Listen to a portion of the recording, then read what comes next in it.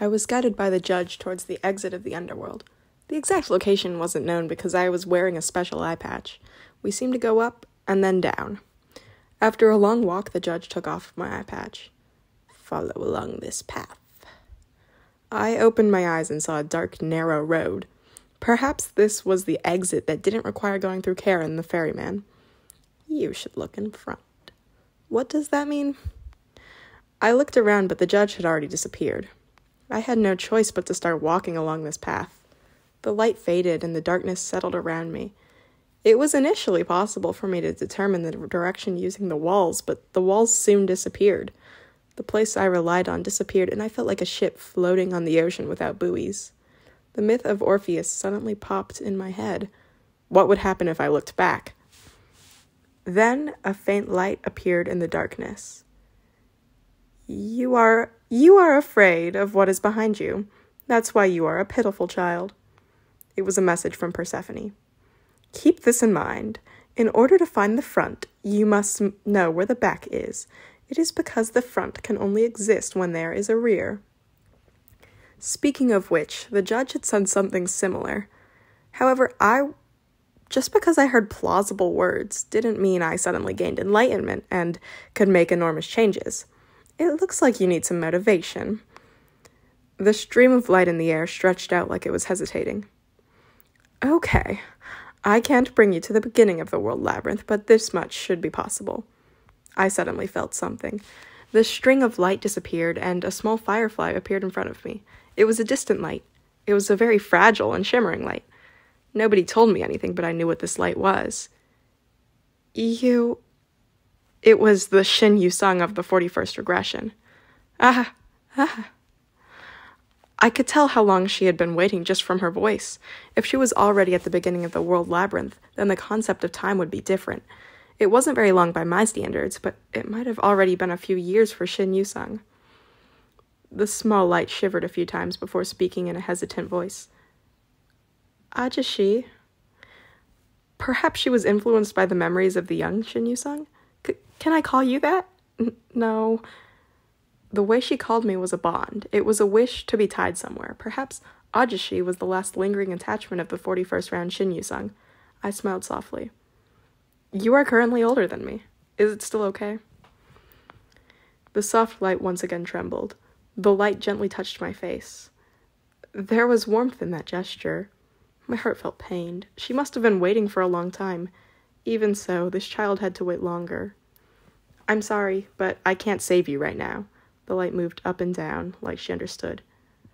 "Don't overdo it. My story now." "It isn't over yet." I spoke without giving her time to finish. "You have suffered for so long, and it can't end like this." "Why?" "I'll never let that happen." The light stared at me. She trembled in a confused and pathetic manner. "I got to know Ajashi through the memories of this world, but Ajashi, why are you so good to me? Does Ajashi know me?" I didn't answer. We got to know each other through different means. Just as the 41st round Shin-Yu-sung knew me through the memories of her younger self, I knew her through waves of survival. Nevertheless, I could not explain this. "I feel strange. I definitely don't know Ajashi, but when I'm with you, I feel like I understand everything about you, as if you were a god. If I really was a god, then I would be the most incompetent god in the world, the most helpless god in the world who knew everything but couldn't explain anything." Shin-Yu-sung's light was rapidly fading away. I couldn't see her, but I seemed to know what she looked like. "Please save me, please." "I will." The tail of the light shaking in the air became smaller, and I reached out towards the light. I felt like my heart had been imprisoned. I could feel Shin-Yu-sung's despair, the long wait. My heart ached with an indescribable grief. Little by little, Persephone's words made sense. There must be something behind in order to go ahead. This was my back, and at the same time, the front that I had to face. Maybe this was how joonghyeoks felt. He constantly returned to the past, but was only able to move forward. The moment I was certain of my direction, the environment stabilized. A spring of light appeared in the scattered darkness. "I held her for a while with my power, but you don't have much time left if you want to save her." I remembered the faint warmth of Shin-Yu-sung. Persephone continued speaking. "Please keep this in mind. Humans are stories. By the time you get back, no one knows how much of her story will remain." After that, I was pulled towards somewhere. The cries of ghosts receded, and the sensations of my body returned one by one. I could feel the warm sunlight on my eyelids. I felt a dampness and opened my eyes to see a familiar face. Ajashi? The young Shin Yusung was watching me. The child's clear eyes reassured me. The wildly beating heart slowly subsided. I had returned. I breathed slowly, and the muscles of my body regained their function. The hidden scenario, Queen of the Underworld, has ended. You have earned 15,000 coins as an achievement reward. The compensation for the updated scenario was also received. The Dokubi had done his job properly. The constellation, God of Wine and Ecstasy, congratulates you on your safe return. I saw the indirect message, and my anger belatedly soared. This bastard Dionysus. I wouldn't have had to go through all this trouble if he hadn't placed me in Tartarus. I was stuck in Tartarus with Kim Nam-woon and almost had to spend the rest of my life making the Gundam. The constellation, God of Wine and Ecstasy, is asking you for reconciliation. 7,942 coins have been sponsored. 7,942? What was this pig-like apology? Well, I'll let it go, because he still gave me coins. There is one new hidden scenario. I immediately confirmed the newly arrived hidden scenario. Hidden scenario, Snake Hunt. Category, Hidden. Difficulty, S-. Clear conditions. Hunt the target in the 6th main scenario area. Time limit, until the end of the main scenario. Compensation, 80,000 coins, the trust of the Queen of the Darkest Spring. Failure, no access to the underworld. As expected, Persephone's task was presented in the form of a hidden scenario. Once the target gets close, the scenario alarm will automatically be triggered. A snake hunt.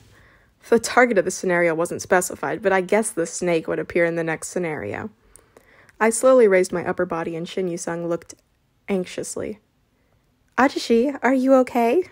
Yes, I'm fine. Sanga Uni asked me to watch you. It reminded me of what I told Yusanga before I collapsed. Yusangashi? It wasn't difficult to find Yusanga. Yusanga was curled up on the ground and fast asleep. I looked at her sleeping face and recalled Persephone's image. Then my face became hot. By the way, the Chinese dress and garter belt, it was really great. Uni fell asleep just before you woke up. She told me to tell the others if you didn't wake up. The series of words ignited guilt inside me. I could see dark circles under Yusanga's eyes. She must have a hangover as well. Chinese dress? Garter belt? Shit, I was garbage. Are you awake now? Chung Hee-won and Lee Young-sung approached me. They were covered in sweat and seemed to have been coming back from a morning spar. Chung Hee-won told me, Dokshi is awake, so we are ready to go. Ready? The other people have already started. Come to think of it, there weren't as many people around as there were yesterday. I asked, what happened overnight? The announcement of the 6th scenario came. Already? I didn't have a chance to ask when. A huge string of words appeared in the sky. Survivors are advised to gather in Yongsan Station. We packed up and left. We were originally in Yongsan, so it wasn't hard to go to the station. I carried Yusanga while Jung Hee-won and Lee Hyun-sung were responsible for the remaining luggage.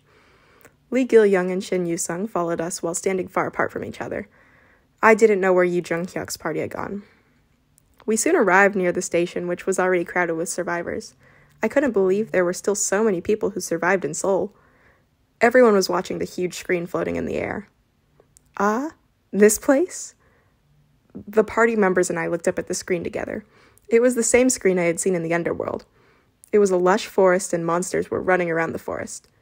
They were clearly scary monsters, but they looked like they were part of a giant ecosystem. The appearance of the incarnations were also seen. Some of the people who had started hunting laughed as they cut off the head of the monster. These dokubis, they edited it well like it was a tourist destination.